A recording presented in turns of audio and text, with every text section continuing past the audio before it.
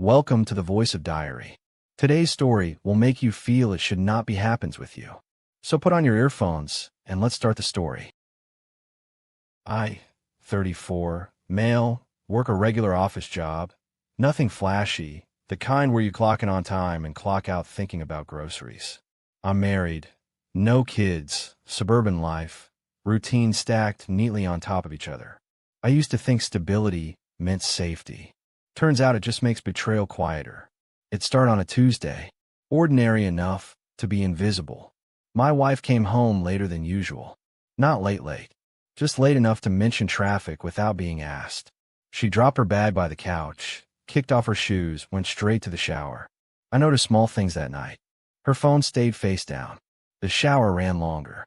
She hummed, softly, like she was rehearsing happiness. I didn't say anything. I rarely do. Silence had always been our unspoken agreement. Later, while she slept, her bag tipped over when I moved it off the couch. Lipstick rolled out. A charger. And a narrow strip of paper. Folded too many times to be trash. Hotel. 2 nights. 1 room. Paid in full. Dated for last weekend. A weekend she told me she was helping a friend through a rough patch. I sat on the floor with that receipt in my hand, long enough for the house to feel unfamiliar. Not angry yet, just alert, like when you hear a noise at night and your body wakes up before your brain does. The next morning, I asked casually, "How's your friend doing?" She didn't miss a beat. "Better. We talk a lot." "Where?" She shrugged. "Coffee. Walks." You know, I placed the receipt on the counter between us. Didn't slide it. Didn't dramatize it. Just placed it there like a neutral fact. Her face changed, but only for half a second. That half second mattered. She sighed. "I told you, we're just friends." I waited. Silence again. Let it do the work. She continued, faster now. "He needed space. I needed space." Nothing happened. "You're overthinking." That word. Overthinking. It always arrived right on time. I asked, "Then why the hotel?" She crossed her arms. Defensive, but practiced. It was cheaper than 2 rooms. Don't make it weird. Cheaper. 2 grown adults. 1 room. 2 nights. I nodded. Okay. That seemed to throw her off. She expected an argument. Tears. Raised voice. Instead, I went to work. On the drive, my hand shook just enough to notice. That day, I didn't text her. Didn't check her location. Didn't confront the story. I did something else. I called a lawyer. Not because I wanted a divorce that minute. Because I wanted facts before feelings. The lawyer spoke slowly, clearly. Explained no-fault divorce. Explained evidence. Explained timelines. Explained how people lie better when they think you're emotional. I learned something important that day. In most states, infidelity doesn't decide divorce, but it does influence negotiations, credibility, and leverage. Receipts matter. Patterns matter. Behavior matters. I went home and acted normal. For the next 2 weeks, I watched. She became generous with excuses. Work dinners. Late meetings. Phone always on silent. She started fights over nothing, like she needed conflict to justify distance. She accused me of being cold. Said I was checked out. Projection is loud when you know what it sounds like.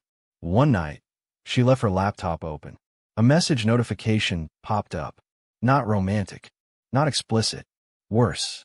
Casual intimacy. Inside jokes. Hotel references disguised as sarcasm. Plans framed as accidents. I took photos.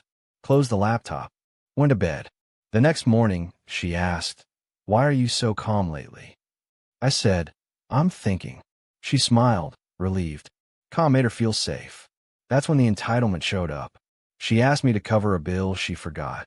Asked if I could move some money because her account was tight. Asked if I trusted her. Each request stacked on the lie.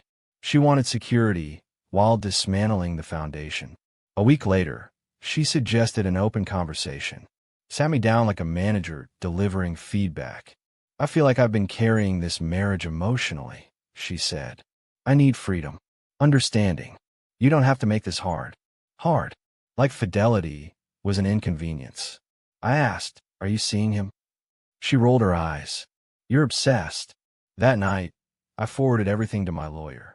From there, I stopped reacting and started planning. I checked finances, opened a separate account, legally, froze joint credit where I could, documented assets, timelines, conversations. I learned how quickly we becomes me when consequences show up. She didn't notice at first. Then the dirty tricks began. She told mutual friends I was distant, told her family I was controlling. She hinted that I was unstable. Nothing direct, just enough to soften the ground in case she needed sympathy. She even suggested counseling, but only after telling people I refused to try. I agreed to counseling. I want a record. In the session, she cried. Spoke about feeling unseen. Never mentioned the hotel. Never mentioned him. When the therapist asked about trust, she said, I've always been honest. I didn't interrupt. I let the lies stack. After the session, she squeezed my hand in the parking lot. See, we're making progress. That night, she packed a bag. I need a few days to think, she said. Don't contact me unless it's important. She went straight back to the same hotel. This time, I didn't follow. I filed. The papers were served on a Thursday. Her call came 10 minutes later. You blindsided me. I said, you booked a hotel. She cried then. Real tears. Anger. Bargaining. She accused me of spying, of trapping her, of ruining her life over nothing. Nothing had a room number. She demanded mediation, then threatened to take everything, then begged to talk, then blamed the friend, then blamed stress, then blamed me again.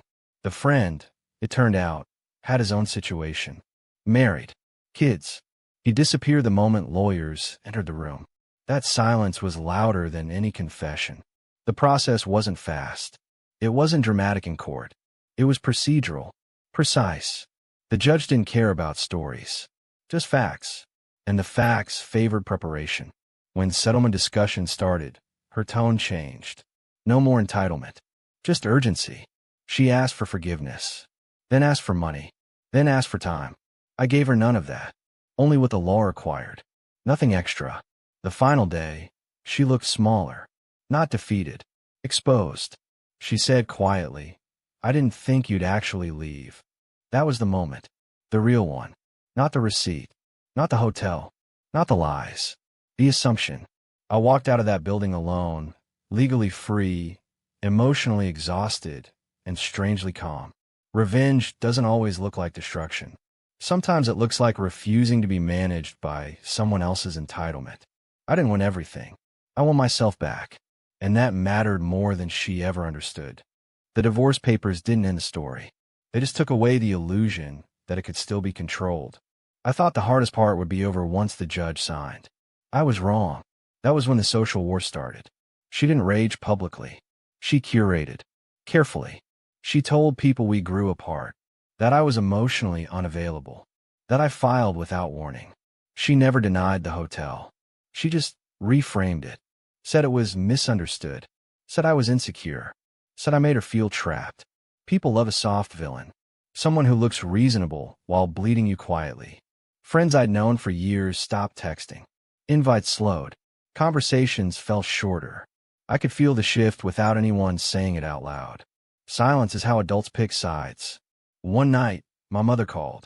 I spoke to your wife today, she said, cautious. She sounds hurt. I asked, did she mention the hotel? Pause. No, that was the pattern. She never lied outright when confronted. She just removed the parts that mattered. A week later, I got an email from her lawyer. She was requesting temporary spousal support. Claimed she had sacrificed career growth for the marriage. Claimed I had encouraged dependence. That line almost made me smile. Almost. Because I had the emails.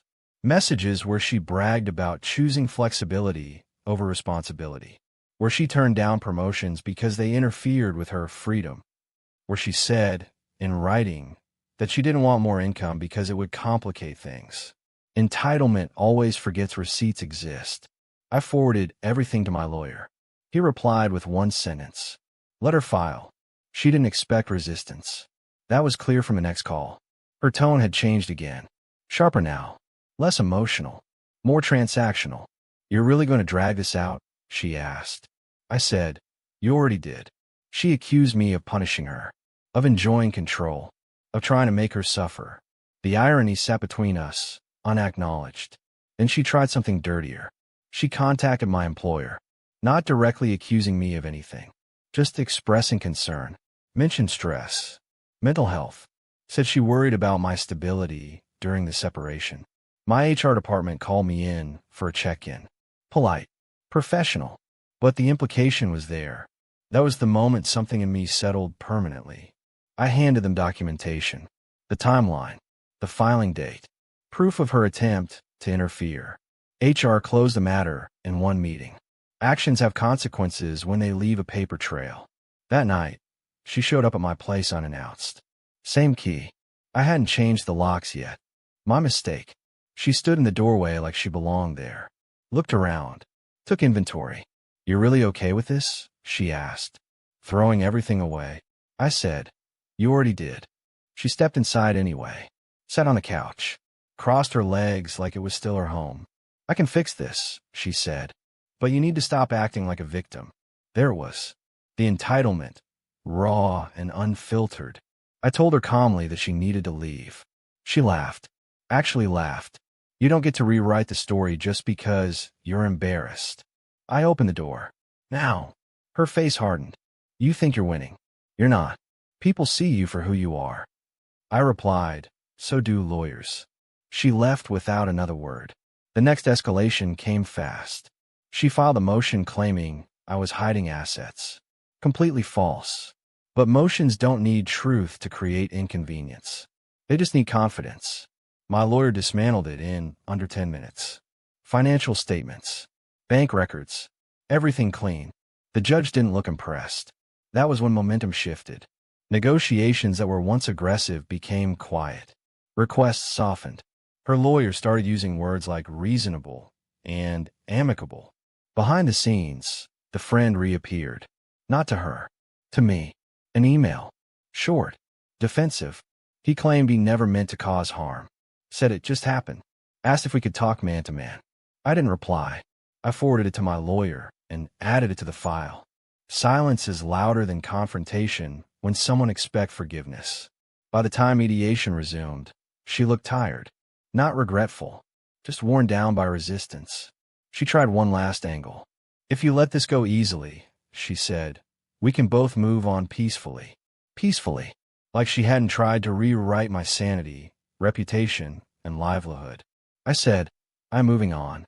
You're just not coming with me." The settlement finalized a week later. No spousal support. Clean split. No contact clause. She signed without meeting my eyes. Afterward, I sat in my car for a long time. Not relieved. Just still. Revenge isn't screaming. It's watching someone realize their leverage was imaginary. The friend lost his marriage too. Turns out secrecy doesn't age well. I didn't need to expose him. Truth has a habit of surfacing when no one's protecting it anymore. Months later, someone asked me if I felt bad. I said no. Because consequences aren't cruelty. They're accountability catching up. I didn't destroy anyone. I just stopped absorbing the damage meant for me. Part 2 goes deeper into the unexpected fallout, the people who came back once the narrative collapsed, and the one moment that made everything finally feel finished. If you've ever trusted someone who thought you wouldn't walk away, hit subscribe, because this story isn't about heartbreak. It's about what happens when entitlement meets someone who's done explaining.